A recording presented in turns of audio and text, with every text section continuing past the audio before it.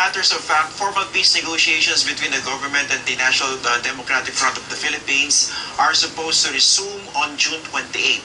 But on Thursday, President Duterte announced that he was postponing the resumption of peace talks because he was not yet ready. The report was that the president wanted to first study the documents in connection with the interim peace agreement. But what's really keeping the president from resuming formal peace talks by the end of the month?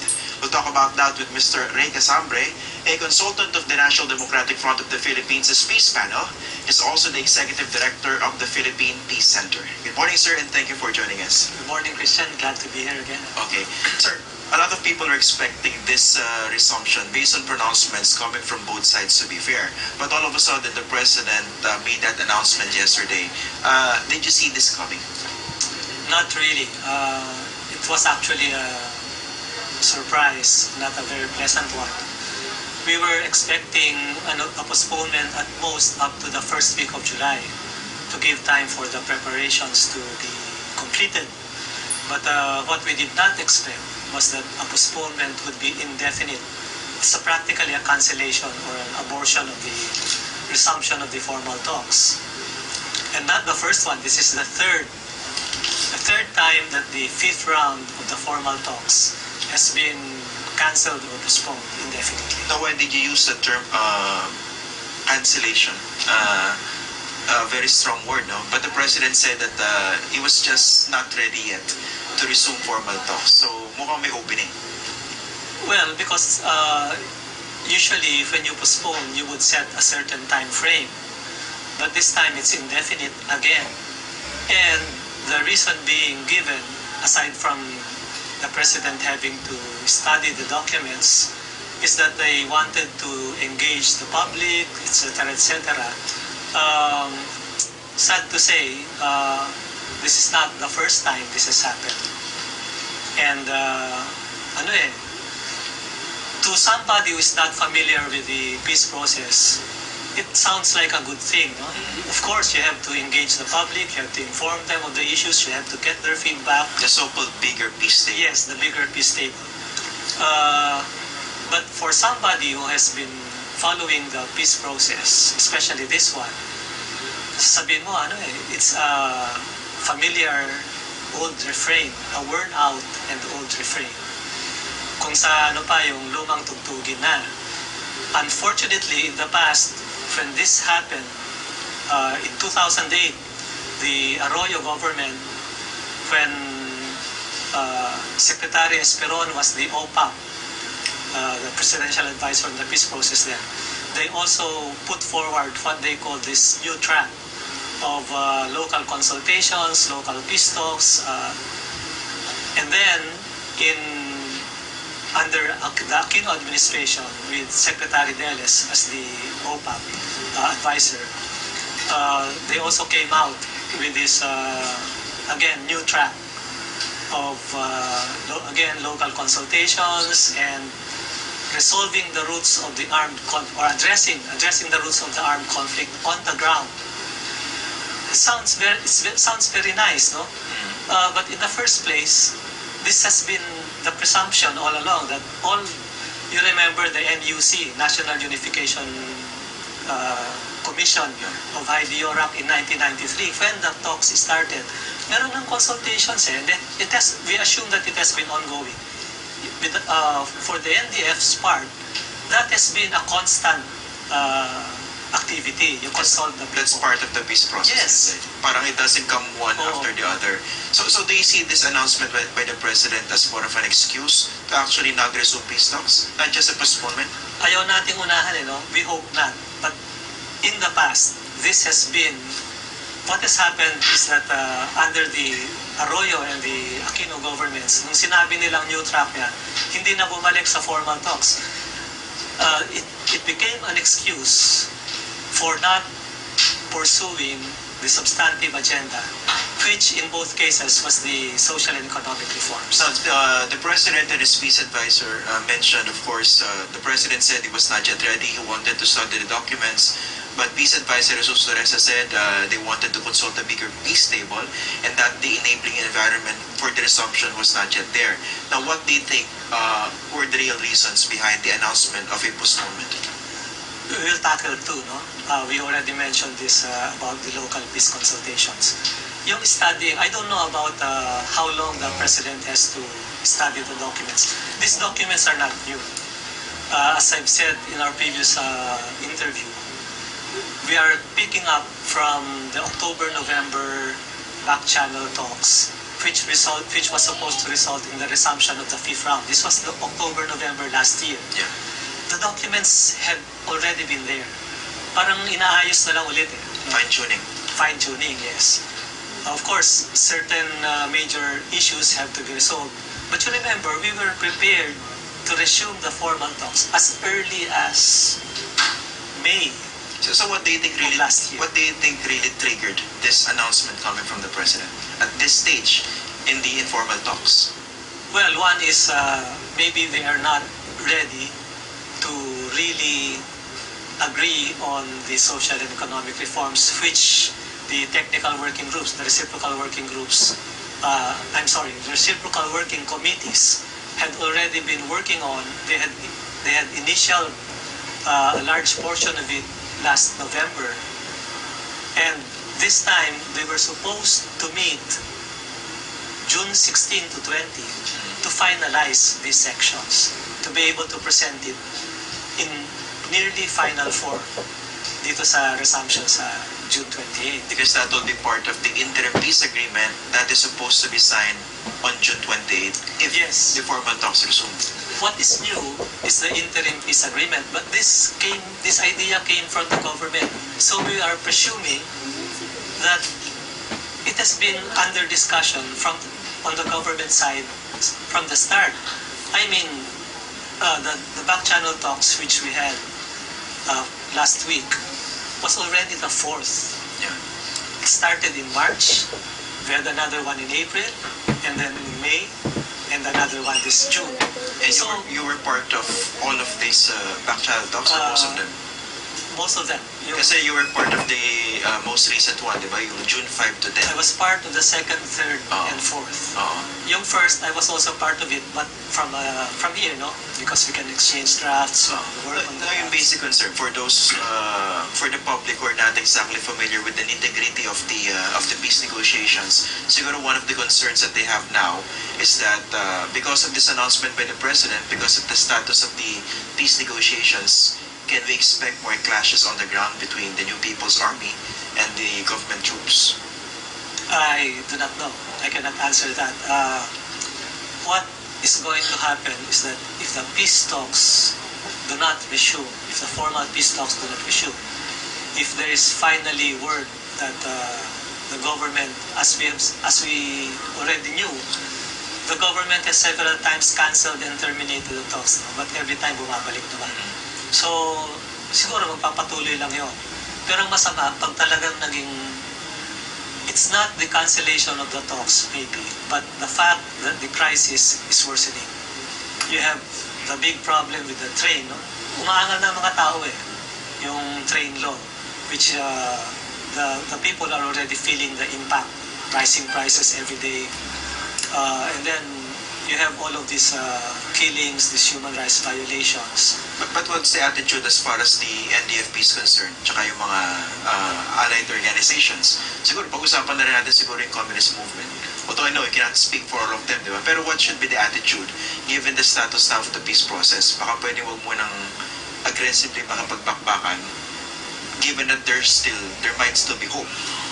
Hintayin natin sila magsalita kasi as far as the NDF is concerned, the announcement was that they are waiting for the full explanation or the more elaborate explanation from the government on why the talks had been cancelled. Which will happen this weekend supposedly. This weekend, yes. The government will send representatives to personally explain. That's right, yes. Pero bakit hindi nauna yung yung information coming from the government to the NDF panel before the announcement was made? Why do you think?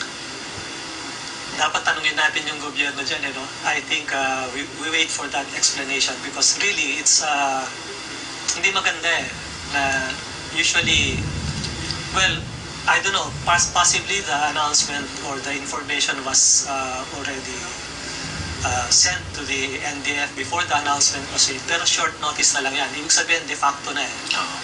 Kumbaga, fait accompli na. Now, one telling statement coming from the president last week, I think he announced that the resumption would happen in July or somehow mid-July. So that announcement from the president came before the announcement yesterday, saying that the formal talks the resumption would actually be postponed. So nauna nang binanggit ng presidente ng July. So what do you make of that time frame? Well, of course, medyo nakakakaba, no? But I think, speaking for myself and maybe some of the those in the NDF, it was a possibility to hold the talks, to postpone it to the first week of July. No? Yung mid-July was really not possible kasi the facilitators, the Norwegian government, have already said that they cannot be available after the first week of July. So, ano yun, we did not see it as a signal that the talks would be postponed indefinitely. But the fact that the president mentioned mid-July, do you think he had this planned all along? I will not speculate. Posible, but mahirap mahirap mag-speculate. Yesterday, Jose Maricison, the founder of the Communist Party of the Philippines, urged both sides of the peace panel, the government and the NDFP, to make public the documents already initialed or signed during the several rounds of back-channel talks. Pag-usapan natin yung elements ng interim peace agreement. Of course, number one is the Coordinated Unilateral Ceasefire. Number two is the Amnesty Proclamation. Number three, agreements on agrarian reform and rural development. Tapos, national industrialization, economic development. Punta muna tayo, sir, sa ARRD, agrarian reform. Ano ba yung napag-usapan na at napagkasunduan na? As early as last year, November, meron ng initial na drafts yan. So we can talk freely about this kahit na wala pa yung action na kung ano. Of course, it's a good idea to release it to the public, especially the argument or the reason being given is that we want the public to be engaged. As early as November last year, there was already a consensus between the two parties that yung free land distribution can be done. Of course, di pa full yan, but you can start with the idle lands. Then you have you have the lands that have been yung na-elite na, no? taken back from the farmers who were holders of the certificate of land ownership, tapos hindi nakabayad ng amortization, na forfeit yan. So part of the agreement or the proposal was to those forfeited lands be given back to the beneficiaries. Despite their failure to pay the amortization. Yes, kasi talagang mahirap yung no? Ano yan, ang pagkasunduan na yan? Oo, kasi on the principle of free land distribution, yeah. No? So it is not really correcting, let's just say amending yung CARP which required the farmers to pay for the land. Yeah. So kung free land distribution, yung mga hindi nakabayad dahil hindi na nila kaya, dahil meron na silang land certificate, edi ibalik sa kanila. How about those who still have the land but cannot pay at this point? Yung write-off, is that part of the agreement? Kasama na yan. Ira-write-off lahat ng hindi nabayaran? Oo, ira-write-off yun. Magkano yung amount dyan? Malaki kaya lang, the government even said that something like 2 billion was available. But the thing is this, Senator Legarda, who is the chair of the Senate Finance Committee, came out with statements, public press statements, no? And we had also made consultations with her. She definitely said that the money is available. Pwede talagang gawin yan. Land reform, the CASER land proposals are doable financially. So the government can shoulder the expenses. Yes. How about the actual distribution of land? Kasama sa agreement that there will be a new law to facilitate the distribution of more land? Yes. Doon sa scheme kasi ngayon, there's this principle which is joint and separate responsibilities. So merong parts ng agreement which will be implemented separately, and there will be parts which have to be implemented jointly. One of that would be the passage of laws. So, kailangan magtulungan dun sa pag-pass ng law. Of course, it's basically a government function. Yung NDF, hindi naman part talaga ng But you can provide technical inputs. Technical inputs and maybe yung campaign for the people to accept it, and even especially lobbying sa Congress So just to be possible. So just to be clear, part of the signed agreements during the back channel talks, at least yung initial na, is that the government, because of the spirit of land distribution, was already willing or had agreed to come up with a new law to facilitate the land distribution?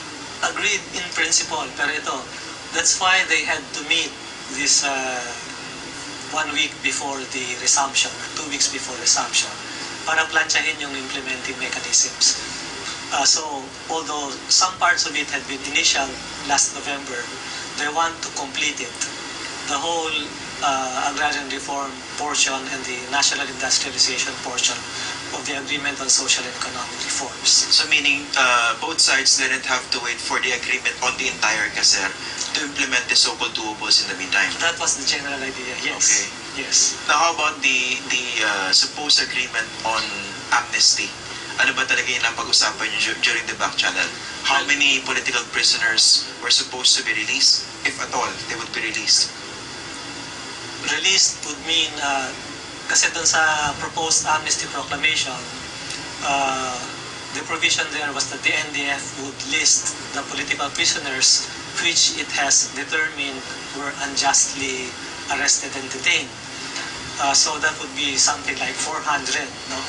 But part of the proclamation proposal was that not only those who are currently detained, also those who have been previously charged or are facing charges but are at large, and those whose cases have been archived, kasi mga ano yan, no? They still are being charged with those criminal offenses despite the fact that they have been arrested for political reasons. No? Ano yan it will come up to something like 900 according to the... Ganun madami? Oo, kasi 400 plus yung currently detained. So do you already had a draft of this amnesty proclamation? Yes, a draft had been submitted to the government for them to base the amnesty proclamation on. And Kasi unilateral act yung... Yes. But have they agreed on the language of the draft amnesty proclamation? No, they have agreed to consider the draft, and the agreement was that before the resumption would be announced, the NDF should be shown that signed proclamation, or that proclamation that would be signed by the President, and it should be something that they would both find acceptable. Okay. Now, finally, sir, before I let you go, what happened? Because the previous agreement was that 2 weeks before the resumption of formal talks on June 28, dapat yesterday, both sides would simultaneously announce a stand down. What happened? It was postponed to June 21, sorry. Yes, both sides decided to postpone it to June 21 to give way to the preparations to be completed. So, ano yan, mutual agreement naman yan. That instead of a 2-week stand down, just make it 1 week. Assuming that the talks would resume on the 28th. If they had decided to postpone it to, say, July 1, the stand down agreement would also be moved. 1 week before July 1? 1 week before July. So at least that agreement holds, supposedly? I think so, yes. Okay. Well, it has been signed and agreed upon, so it's a different matter how it's going to be honored. Okay. Mr. Ray Casambra, thank you very much for joining us. Thank you too. Thank you, sir. Now back to Vix in our Quezon City studio to tell us what's buzzing on social media. Thanks, Christian. Netizens catch yet